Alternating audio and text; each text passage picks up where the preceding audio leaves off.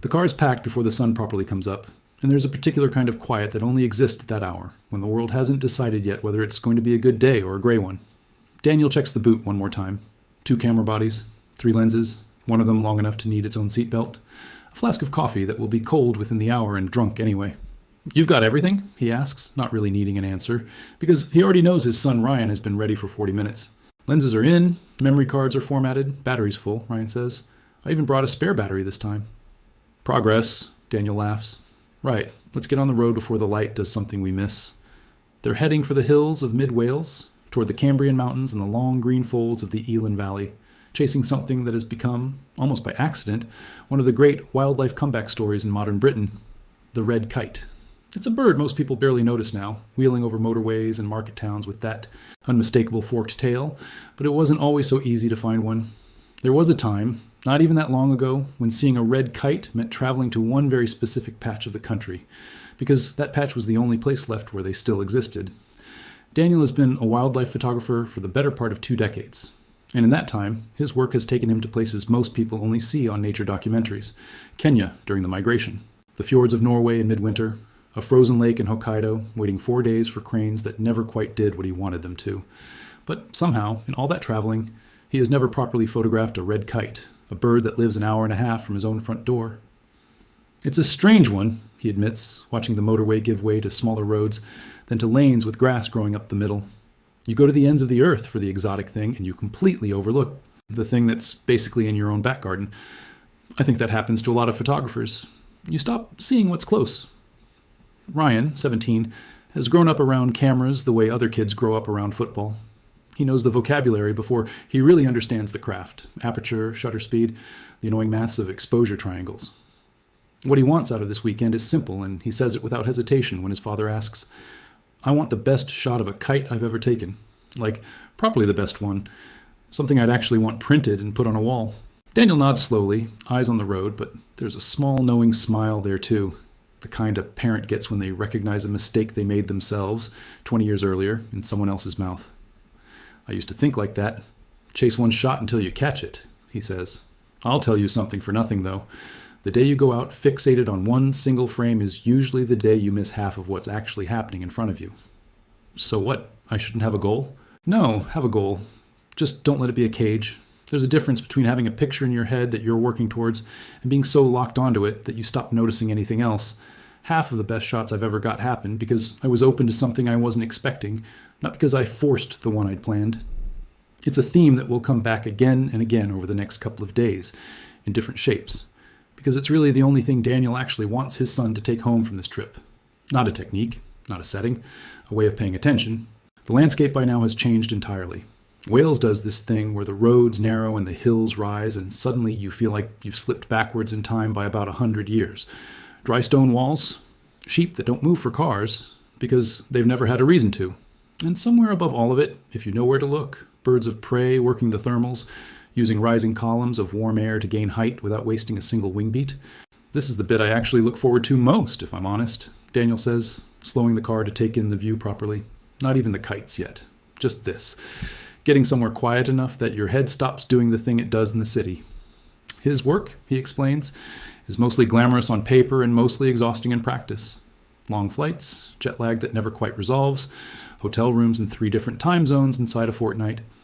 And then he comes home, and instead of rest, there's a mountain of admin waiting. Emails, invoices, school pickups he missed, a garden that has quietly become a jungle in his absence.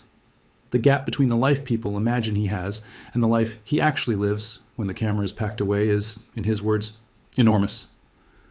"That's part of why this weekend matters to me," he says. "Not because the kites are rare anymore, because actually they're not around here, but because it's a reason to properly switch off with Ryan. No laptop, no emails. Just the 2 of us and whatever the birds decide to do." They arrive at a valley that opens out like the page of a book, hills rolling down toward a reservoir that catches the light in long silver strips. It's the kind of place that makes you understand, almost instantly, why this exact stretch of Wales became so important to the red kite's survival. For decades, this was the last stronghold. By the late 1800s, red kites had been driven out of England and Scotland entirely, hunted as vermin, their eggs stolen by collectors who could sell them for good money, their numbers crushed until only a small, stubborn population clung on in these remote valleys of mid-Wales. At one particularly grim point, the entire population of the bird in Britain came down to a literal handful of breeding pairs, and by some accounts, just one single female managing to successfully raise chicks in a given year. It's mad when you think about it, Daniel says, pulling over to let Ryan take in the view properly. This whole species nearly disappeared from the country, and this valley, more or less exactly where we're standing, is the reason it didn't. Conservationists began protecting the birds here as early as the start of the 20th century, in what would go on to become one of the longest continuously running conservation programs anywhere in the world. Progress was painfully slow for decades. Numbers crept up and then dropped again due to egg collecting and shooting, then crept up once more. It wasn't until the late 1980s that a bigger reintroduction effort began, bringing young kites in from Spain and Scandinavia to release into carefully chosen sites in England and Scotland, so the bird could rebuild a population outside this one Welsh refuge. Today, there are well over 1,000 breeding pairs in Wales alone, and the species has spread back across the border into England to the point where people in the Chilterns or parts of Yorkshire now see them as an everyday, faintly unremarkable sight. Somewhere along the way, the red kite went from being one of the rarest birds in the country to something so successful it was voted, by British bird enthusiasts, the bird of the century. You'd never guess it now, Ryan says, watching one drift lazily over the ridge opposite, barely moving its wings. It just looks so relaxed up there, like it owns the place. That's the thing about them, Daniel says. They're scavengers mostly, not hunters like a peregrine, so they don't need to work hard the way some raptors do. They ride the air rather than fight it. Watch how still it holds itself. That's efficiency, not laziness. They find a spot with a decent vantage over a wooded slope, a place locals say the birds like, to gather in numbers, particularly where farmers still put out food for them, a practice that goes right back to the birds' history of living alongside people, cleaning up scraps in towns centuries ago, back when a red kite in the street was considered useful enough to be protected by royal decree. People forget that bit, Daniel says, setting up his tripod. These birds used to live in our cities, eating rubbish off the street, and we protected them for it. Then, a couple of 100 years later, we decided they were a pest and nearly wiped them out. Same bird. Completely different verdict. Just because our attitude changed? Ryan considers this while checking his own lens is properly seated. So, basically, we're the unpredictable ones, not them. Basically, yeah. As the light shifts and a handful of kites start to circle overhead, riding thermals with barely a wing beat, the conversation naturally drifts back to technique, because that's what happens when two photographers are stood side by side with birds finally doing something interesting. Right, tell me honestly, Daniel says. What's the picture in your head? The one you're actually chasing today? Ryan thinks about it properly before answering, which Daniel appreciates. I don't just want a kite flying. Anyone can get a kite flying. There's about 400 stock photos of that already. I want something that feels like a moment. 2 of them, maybe, fighting over food, or one swooping right down low so you can see its eye. Something with a story in it, not just a shape in the sky. Now you're talking like a photographer and not just someone with a long lens, Daniel says, clearly pleased. That's the difference. That's the whole difference. A picture of a bird is just documentation. A picture with a story in it, that's the thing people actually stop scrolling for. So how do you find the story? You pick one bird if you can, and you follow it. Not every bird in the sky, just one.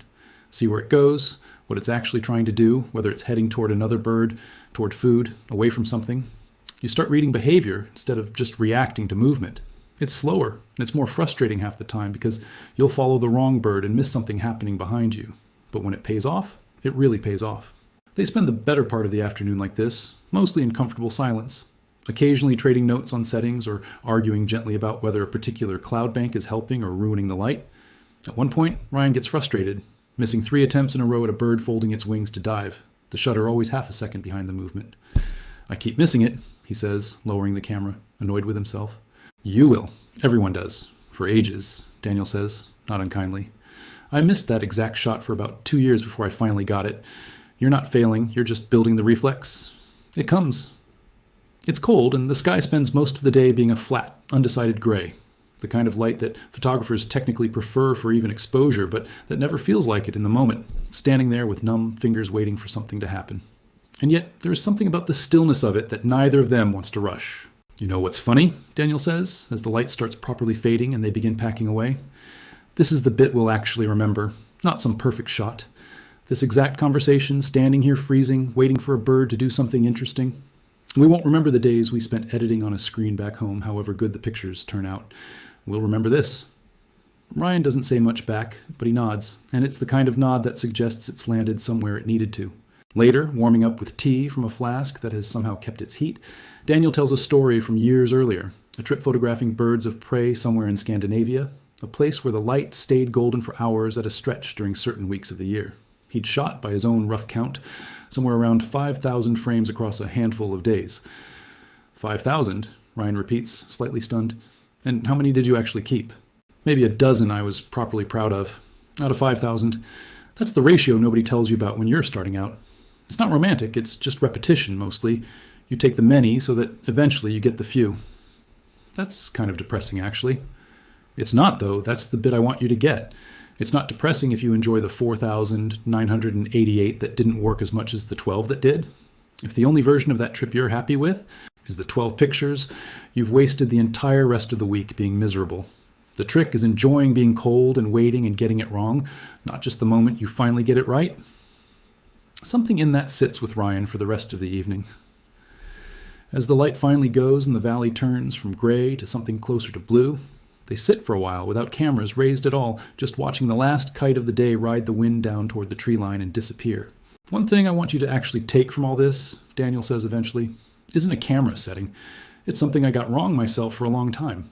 I turned this whole thing, this incredible, ridiculous privilege of standing in places like this, watching things like this, into something extractive. Every trip became about what I could get out of it. What shot, what image, what portfolio piece, and somewhere in there I stopped actually seeing the place I was standing in.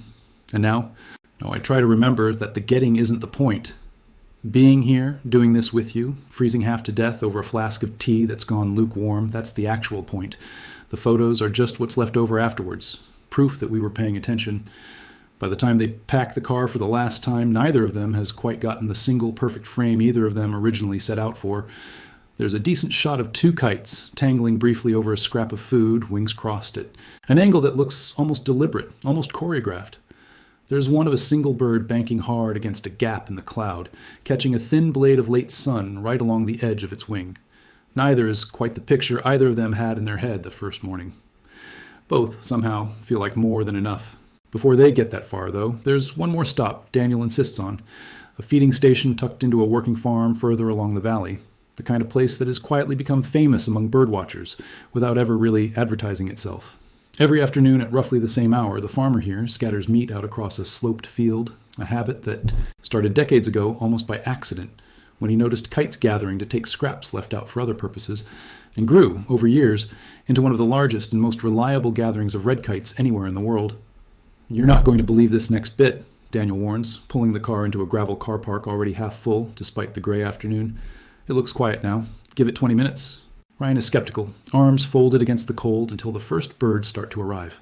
What begins as 3 or 4 distant shapes on the ridge becomes, within a quarter of an hour, dozens, then what looks uncomfortably close to 100, kites stacking the sky in loose, wheeling layers, dropping in fast, low passes to snatch food from the grass without ever fully landing, wings folding and flaring in a way that seems almost impossible for a bird that size to control. "That's insane," Ryan mutters, camera already up, shutter already going. "I wasn't expecting that many."